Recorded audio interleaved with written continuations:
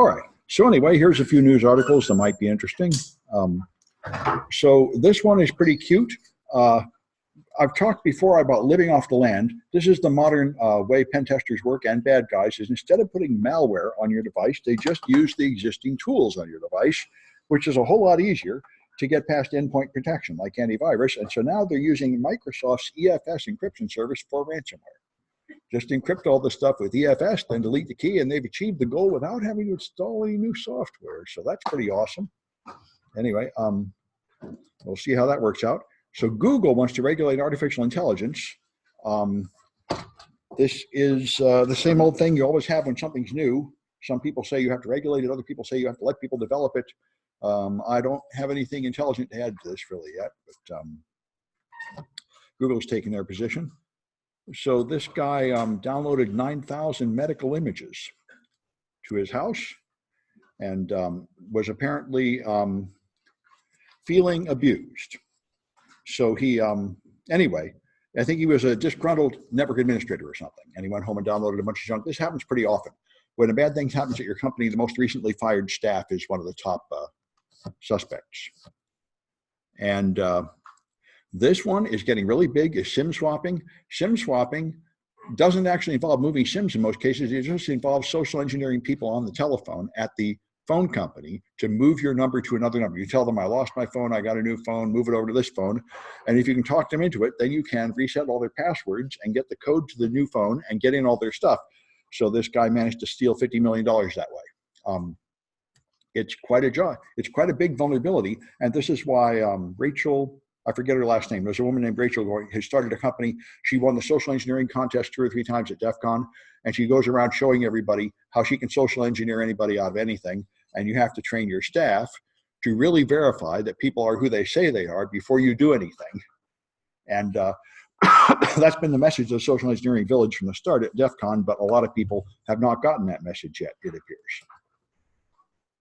So this guy is a nonprofit that has a pretty small budget, and then he found that he got like $60,000 in donations all at once, one night, and he said, I know this is no good because we never get that much money. What happens is when people get a huge dump of credit card numbers, like millions, what they'll often do is try to make a donation to a charity to see which ones work, because then they find out which credit cards are still active.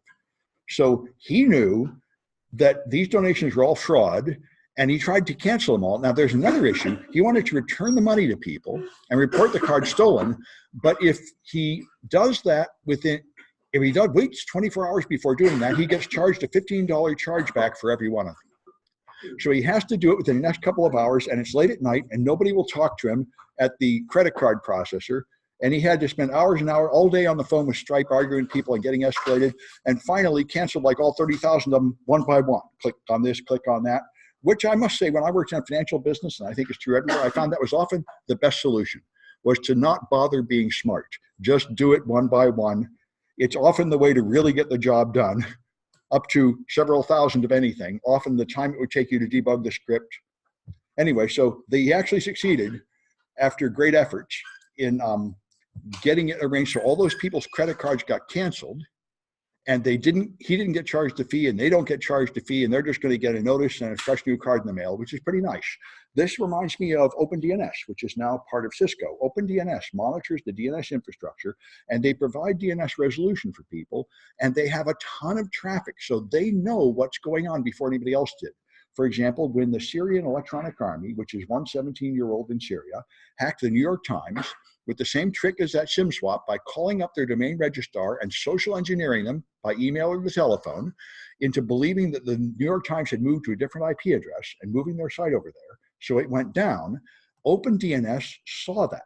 They saw this traffic going to the wrong address for New York Times, so they just replaced it with the right address on their servers. So people using DNS, OpenDNS, would still see the New York Times, even though they'd been hacked. And then they notified the New York Times, and while it takes them 12 hours to fix it, their customers still see it. And they have a thing called the Umbrella Project, where they scan the DNS traffic, and they can detect botnets and malware infection and all sorts of stuff before anybody else does by looking at the pattern of traffic. So this is part of the big field of data mining, which is huge these days. If you have access to some huge amount of data, like all the Google searches or all the Twitter posts or anything, all kinds of goodies are in there somewhere if you can only build a good enough AI engine to find it. And many people are doing that. So Seattle, in a very limited local election, is going to have vote by smartphone. The security people are, of course, screaming because in this class, more than any of my others, you're going to see how you can totally hack this stuff.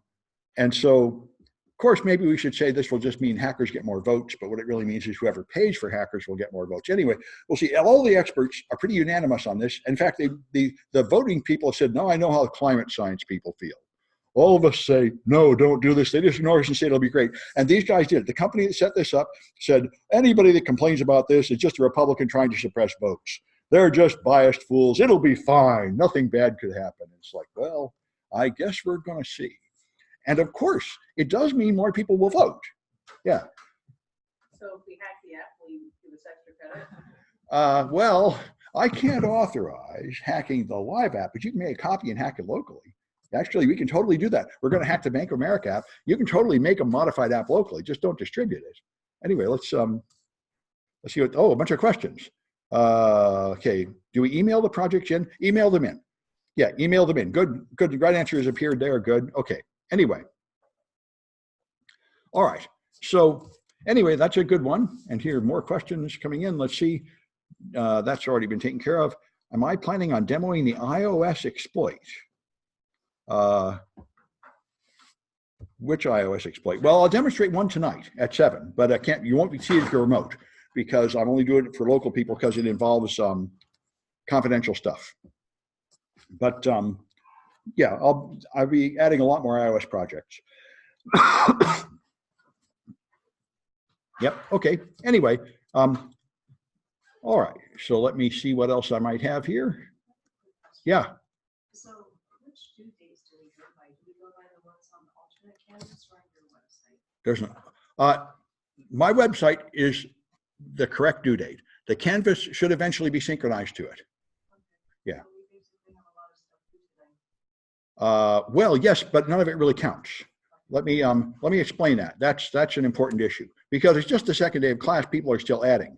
So what I did was, I say these things are due, but only, that's why I put the asterisk there. You won't actually lose any points until after February 12th. But I recommend doing it now so you don't fall behind, that's all. So there'll be you won't lose any points if you wait another week or two to do them. Yeah, but that's right. It'd be good to get people started. So we can help with the projects? Yeah. Yes, I can do that tonight. And by the way, I just updated the first one where you make your Android device because I discovered you cannot put Google Apps on that version of the phone anymore. So I moved to the next version of the phone. So I moved this to, it was a Nexus 5, I moved it to a Nexus 6. Because the Nexus 5 no longer, so I have to refresh this page. There, now it's the Nexus 6. So the Nexus 5 is too old and can no longer put on Google Apps. Yeah. So I was doing this last night and your direction for the, I think it was the Nexus 3. Well, I thought it was Nexus 5, but anyway, now it's the Nexus 6. Anyway, it doesn't matter which version you have, as long as something that works. Yeah, any version of any phone will work, but I tried it right before class and the Nexus 6 works. But I saw side pictures from a few old ones, like a Pixel 3 and a Nexus 5. Yeah, those are just ones I've used in the past. But you could even use a recent version of Android, it would be fine. It doesn't really matter at all for anything we're doing here, which version of Android you have. These are good questions. Yeah. I had some trouble finding APKs or apps that are available. Apps that what? That are generally available. And it says, there's an error that Google Play gives that says your device is incompatible. Oh. And I went through a few different versions of phones, and I've also installed like the ARM. Yeah, oh, that's weird. Translator, and it's still very difficult to find. But I did go to APK Mirror. Yeah. And was able to download it, but still having trouble to install this app. Okay, well, show it to me after class. Let me see if I can figure it out. Maybe there's something else that has changed. There's the problem with using live apps and live versions things. I've tried these recently. Finished the project with Nexus 5. Nexus 5 is still working, but the well to pass traffic to burp is different. Okay, Nexus 5, but you can't put Google Apps on Nexus 5, can you? That's what I couldn't do. You can.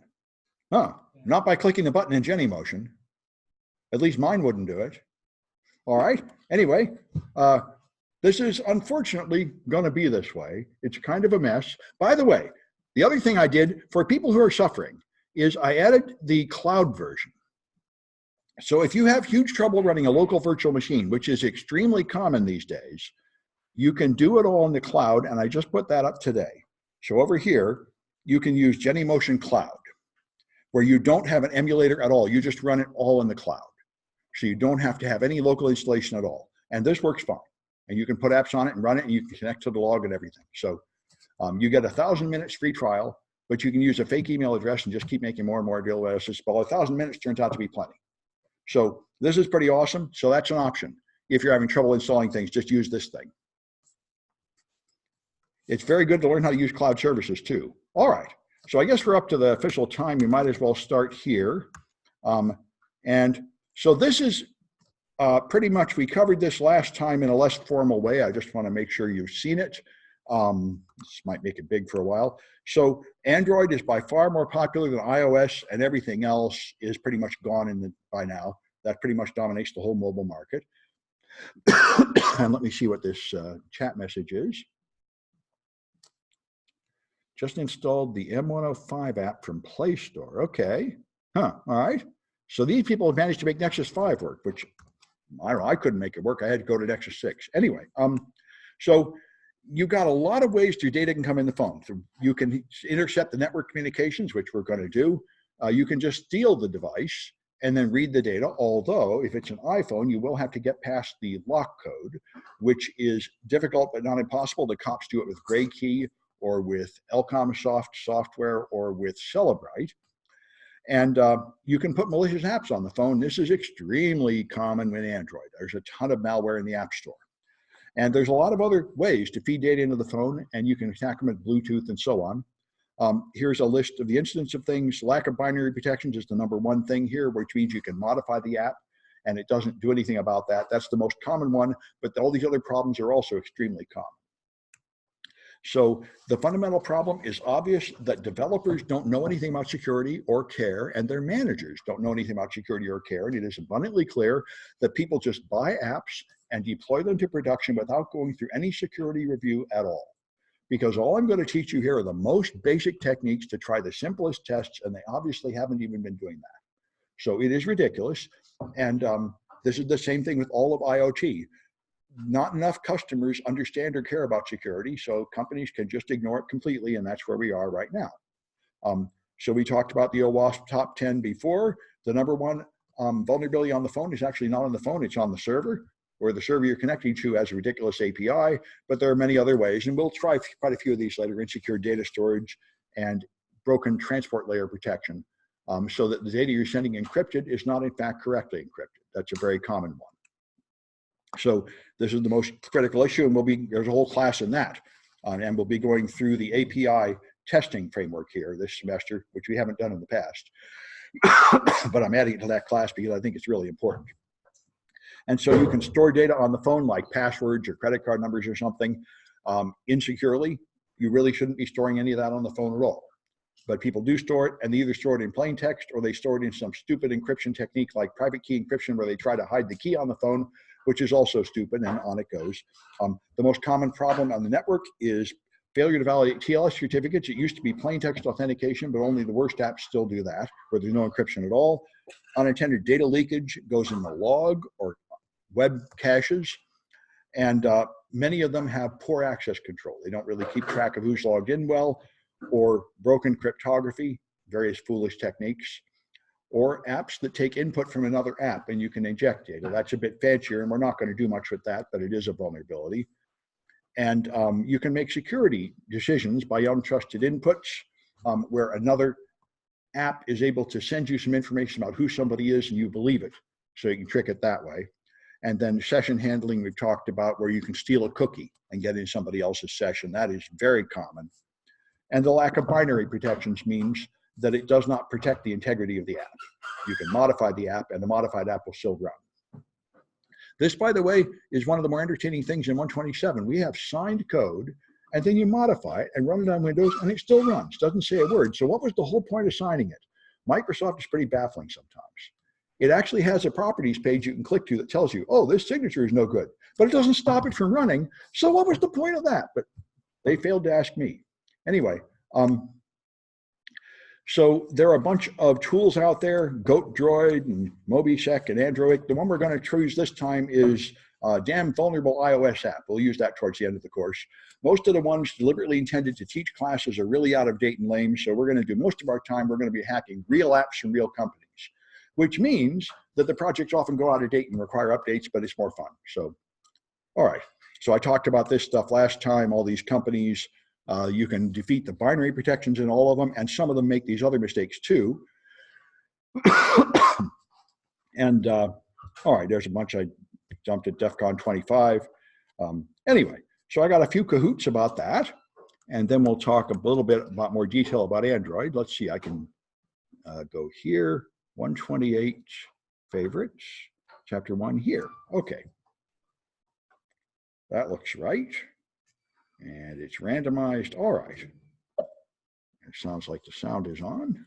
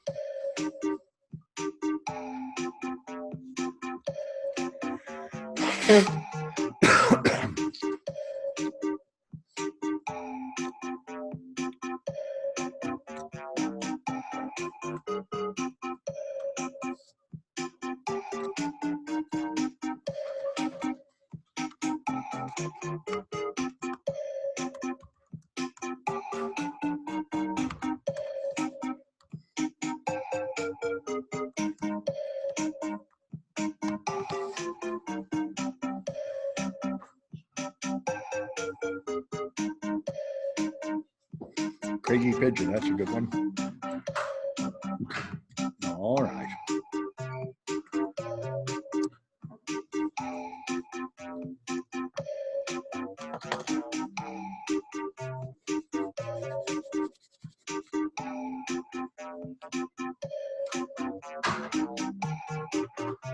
All right, I'll give it a few more seconds, see if we got more than 18.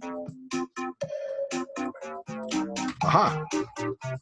People already given up, probably losing a network connection. I'll wait a few and see if 18 comes back. Aha! Okay. Maybe we better go while the going's good. All right. So,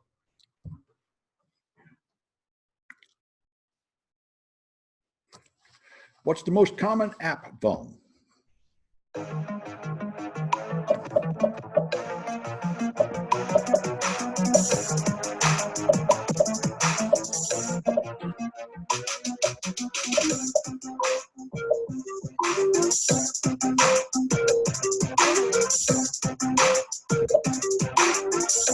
All right, acronym rejections. And by the way, all this refers only to Android apps. Last semester, I said I would only cover Android apps. The iOS is new and not included in the cahoots. Anyway, all right, what's the largest security problem for mobile apps?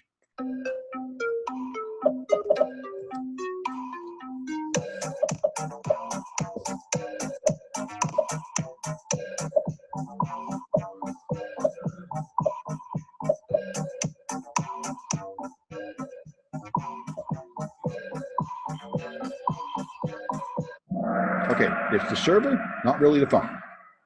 All right. What's the most popular mobile OS?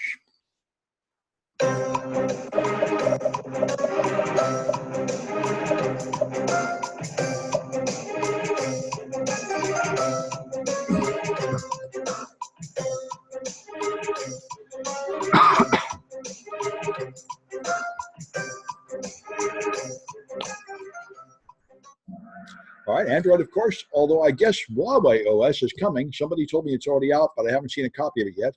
That'll be the next thing. I've heard in general, Chinese industries, because of Trump embargoes, are becoming independent. They decided to remove America from their needed supply chain, which is probably something that needed to happen anyway.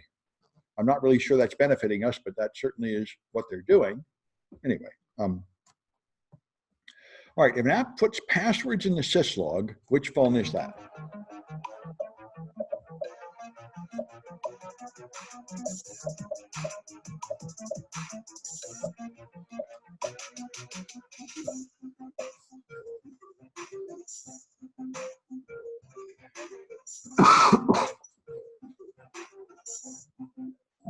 All right, that's unintended data leakage. All right, so we have some winners. Face, all right. Peter Chi is like a real name, good. And KOT might be initials or something, all right. So one of those people is going to get some points. The others will have to come out of the closet at some point if they want their points.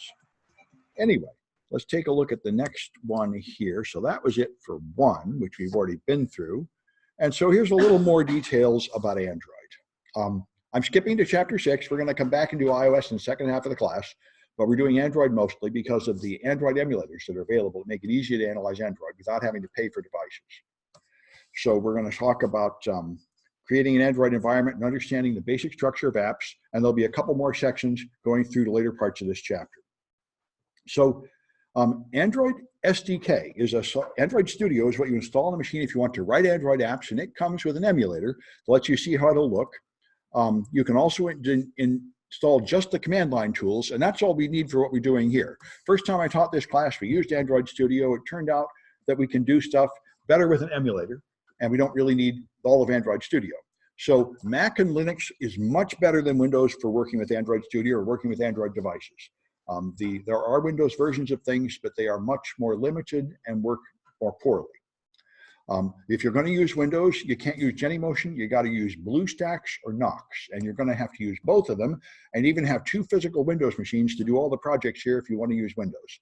We will have the lab open. I'll have hours posted in the next week or two, so you can use a Mac on campus if you want to. And when we get to iOS, you're really going to need a Mac. There'll be no way to do anything on a PC.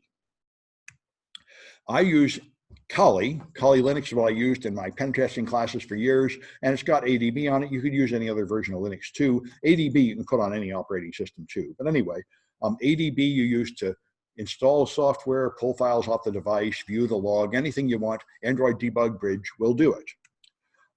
So you can see running processes, you can manage your emulators, you can package source code. So we're going to use Genymotion if you're using a Mac or Linux, which is by far the best.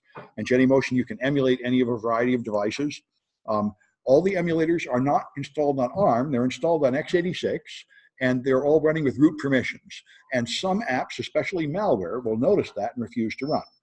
And some apps now detect that they're in a rooted device or something, so you might have to there might be some limitation to what you can run in an emulator. Also, of course, you don't have any phone networks. You can't make phone calls or SMS. So if you want to test those features, you can't in an emulator. So there are some limitations.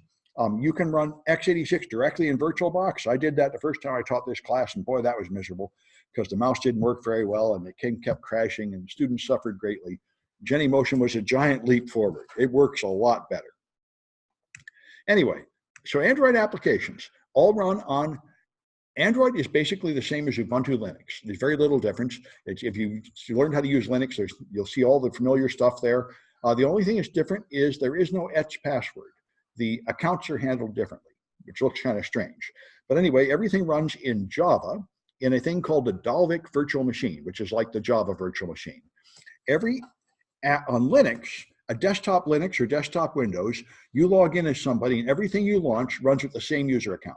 But that is not the way it works in Android. In Android, so if you have Ubuntu Linux running and you open several windows here, Solitaire and various other things, you'll see that all these things are running with the same user account. Let me make this a little smaller so I can point to it.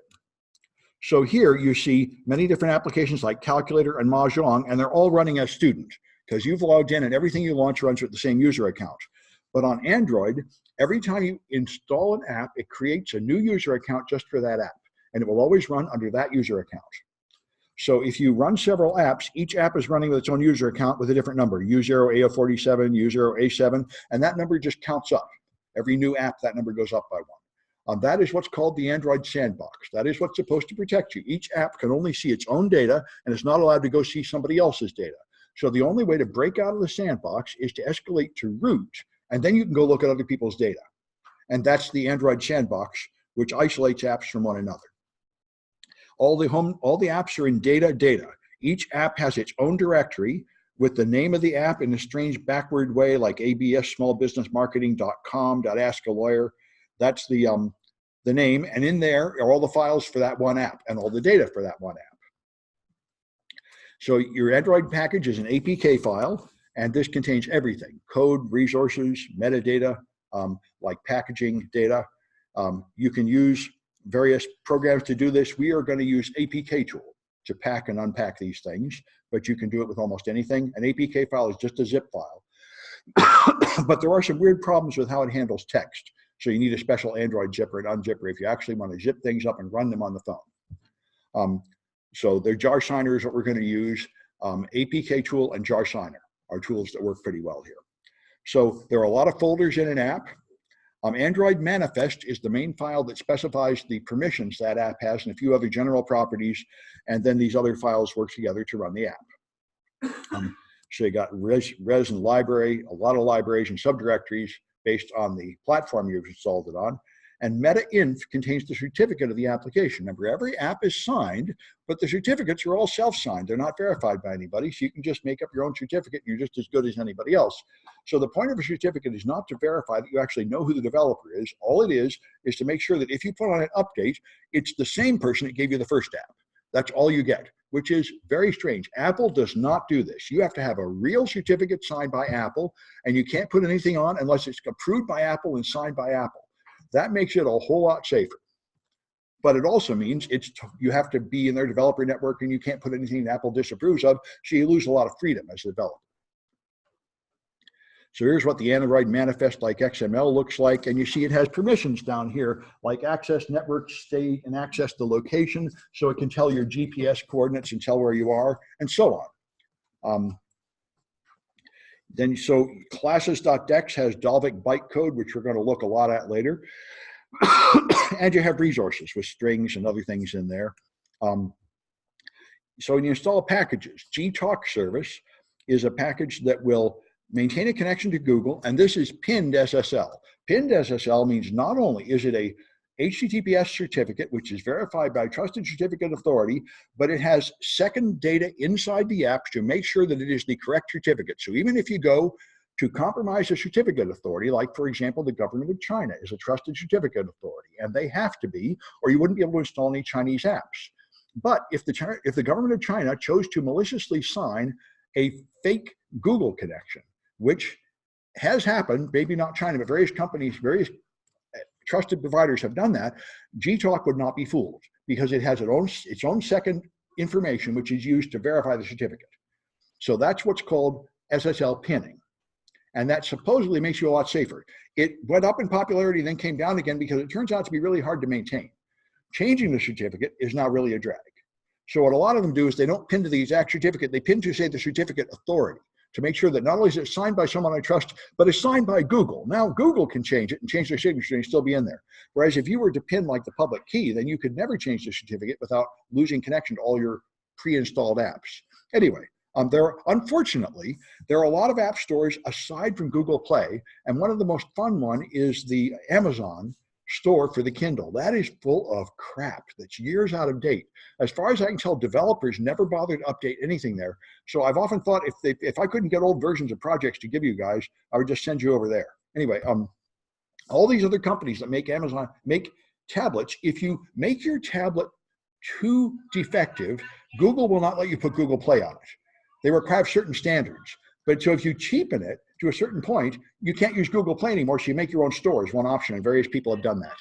Anyway, all right, that's all right. So ADB, you install things, you can open a command shell, push files and pull files, you can forward a TCP port, and you can show the syslog on the device. If you have a Genymotion emulator, it's already got Busybox installed. Android is so stripped down under normal conditions, it doesn't have any of the usual command line tools you might expect to have, like echo and grep and ifconfig, because they don't expect you to actually do any work on the phone. But if you want to, you put on Busybox, and then you get about 100 common command line utilities. Now you can use it like a Linux environment. You can go to the package manager. You can see all the packages. You can find out where packages are. You can install and uninstall packages from the command line. And this does the same thing you would do by opening the Google Store and installing and uninstalling apps, but you can do it from the command line. So logcat shows it a log. You can show the status of service and the properties of the phone. These are all good, clean fun. And then we're going to use Drozer. Drozer is really quite educational about Android internals, but I did not find any significant vulnerabilities with it. This is what my friends have told me. It sounds great, but either we're not good enough at using it or nobody's making these mistakes. Drozer lets you really see what's going inside the app. You put an agent on the phone, you remote control it, and now you have a malicious app on the phone under your control as if you had tricked them into installing malware. And now you can attack the apps from another app on the same phone, which sounds great, but in practice, I didn't find any apps that were vulnerable to it. So that's the game here. You've got a server and a console. So your phone is running this Drozer agent and your collie is running this Drozer tool, and it's like Metasploit. You can now do a bunch of things on the phone through the agent, which is what you'd be able to do if you installed a malicious app on somebody's phone. And you can now examine these things. Now, Binder is what's used for inter-process communication. Your apps can talk to other apps on the phone, and they can send signals back and forth, and this is necessary often. For example, you might say, I'm going to send you an SMS code, and you might want to listen for that SMS code. Or you might want to take something from one document and pass it to an email or something. There might be some reason why one app should talk to another, so you want to overcome that sandboxing. And Binder is the process used for this. So there's 4 parts to a component. Activities are pages you can see, like login screens and so on. Services are components that wait in the background, like databases, that can store something and respond to various apps. Broadcast receivers are listening to events that might happen on the phone, and they can do something about it. Like if you get a phone call, it sends a signal and pops up the phone app. If you get an SMS, the SMS pops up, and so on. Those are broadcast receivers. They're listening for events. And then there are content providers. Oh, those are your SQL data. So the services are just background services, pardon me, not the databases. Those are content providers. So you can see the running services, and you'll see them here. Setting system advanced developer options. You can just see various services here. This is like Microsoft Windows Task Manager. You can see all the services running in the background. This thing has an Android keyboard service and so on. These are just background services running to provide abilities to apps. Here's Android Manifest. We've talked about this. It lists all the components usable in an application except for broadcast receivers that are handled differently. This shows all the permissions that will appear. When you first install an app, a screen will say, is it okay that this app has permission to access the network, access your stored photographs, and so on? Those are the permissions in the Android Manifest. Intents are messages sent from one app to another. And they work by calling Binder. So your app calls Binder, and Binder passes the intent onto another app. So you can now send a little message from one app to another on the phone, which is a way to communicate. So here's the intent that opens google.com. You have an intent, and you send http www.google.com. That will ask somebody to please open google.com. This is like when you click Start Run on a Windows machine and type google.com. It will then say, does anybody know how to open this thing called google.com? And it will look at the prefix here, HTTP. That is the thing that tells it, look for something that understands what HTTP is and can figure out what to do with it. So it didn't specify the target app. So it will look for any app that can do a view action on that URL. And if there's only one choice, it just opens. If there's more than one app, then it will pick up an app that show up. You could open this in Chrome or Safari or something. It'll ask you which one to pick. Probably not Safari on an Android. Anyway, so here's an app with this filter. This is how you make an app that can open web pages. It's now listening for the scheme HTTP. So this app will be one of the options that can open web pages when intents come by. This turns out to be pretty horrible, and we're going to see this in our Android apps. A lot of apps make their own browser instead of defaulting to the default browser, so they retain control and ownership of the user as they browse pages, and a lot of them make defective browsers that leak out the data, so that you can steal things like Google passwords and Facebook passwords from inside apps, whereas the default browser on the device would be stronger. One of the worst offenders is the Bolt secure browser. It's appalling garbage. We're going to see that. Anyway, but one of the ways to find really bad stuff is to search for the word secure, which really shouldn't surprise me that much, but anyway. All right, so here's what you do. If you want to explicitly send it, you send it to the COM Android browser. This way you say, don't just open this HTTP, open it in the default Android browser. That's another way to go. Now, the reason why you might not want to do this is because the user might have a nicer browser like Chrome, and you don't know what they've got. So they might prefer to use another browser. This way you force them to use the default browser, which is the only thing you can be sure is there. I suppose it might be possible it can remove, but anyway, this is the issue. All right, so when you launch an app, a single VM starts, and that launches a Zygote process, which is a basic container, and every further app is a fork of that process. So you have separate processes for every app running with different user accounts, and that's the sandbox. All right, and I think that's it for this, which is good because I want to show you this iOS stuff. Let's take a look at these cahoots, which is 6A. All right, which is here. Yes. Okay.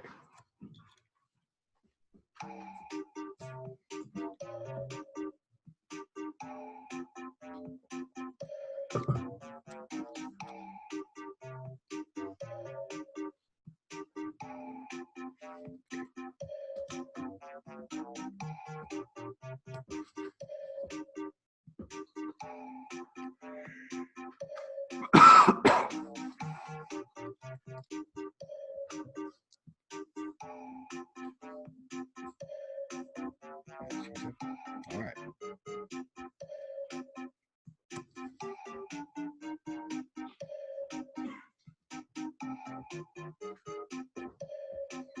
All right. I'll wait a few more seconds.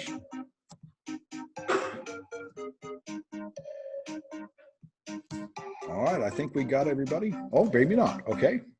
I'll give it a few more. Okay. Fine, be that way. We'll try again.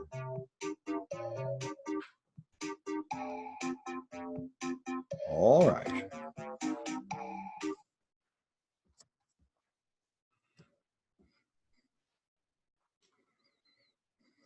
All right, an IDE for app developers.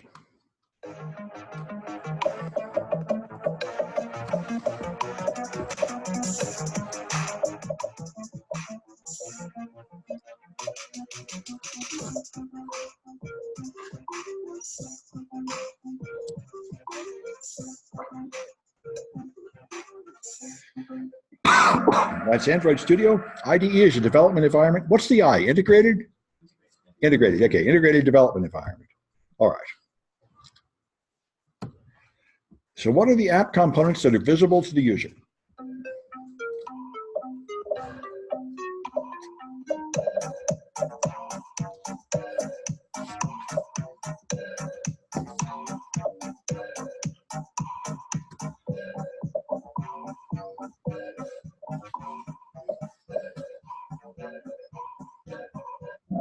Okay, those are activities. Those are the 4 parts of an app, and activities are the screens you can see. All right. What folder contains an app signature? Turns out to be pretty useful to know this.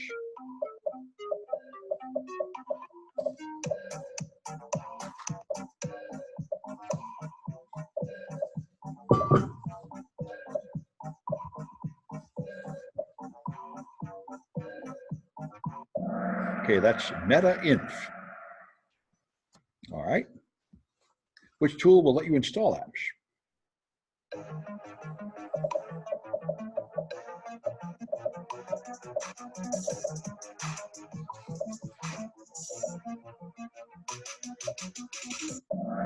ADB install will do it. Which module runs IPC?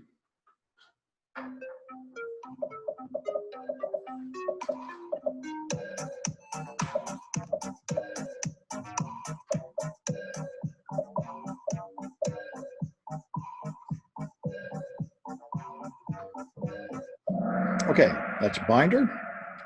All right. And what process uses pinned SSL to connect to Google?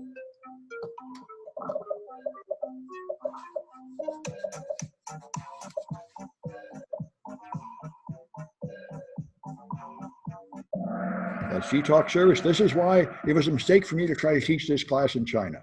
If you can't reach Google, you're pretty much hosed. Anyway, all right. Peter Chi is won twice, good. And Ken Tan.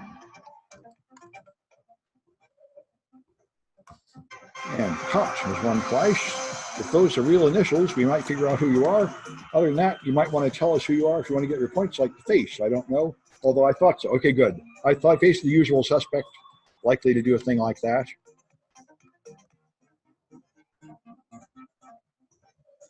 All right, and this chat message might be telling me, yeah, I'll demonstrate some iOS stuff in class later. Just tonight, I can't do what I'm doing tonight because what I'm doing tonight is covered by non-disclosure, and I have to have people here who can sign it. All right, so any other questions? I'm going to stop this and stop the recording and stop the Zoom, and then talk about secret stuff. All right, folks, I'll see you folks next week then, online. I guess that's it. I'm going to stop the recording. I'll leave the share for a little while.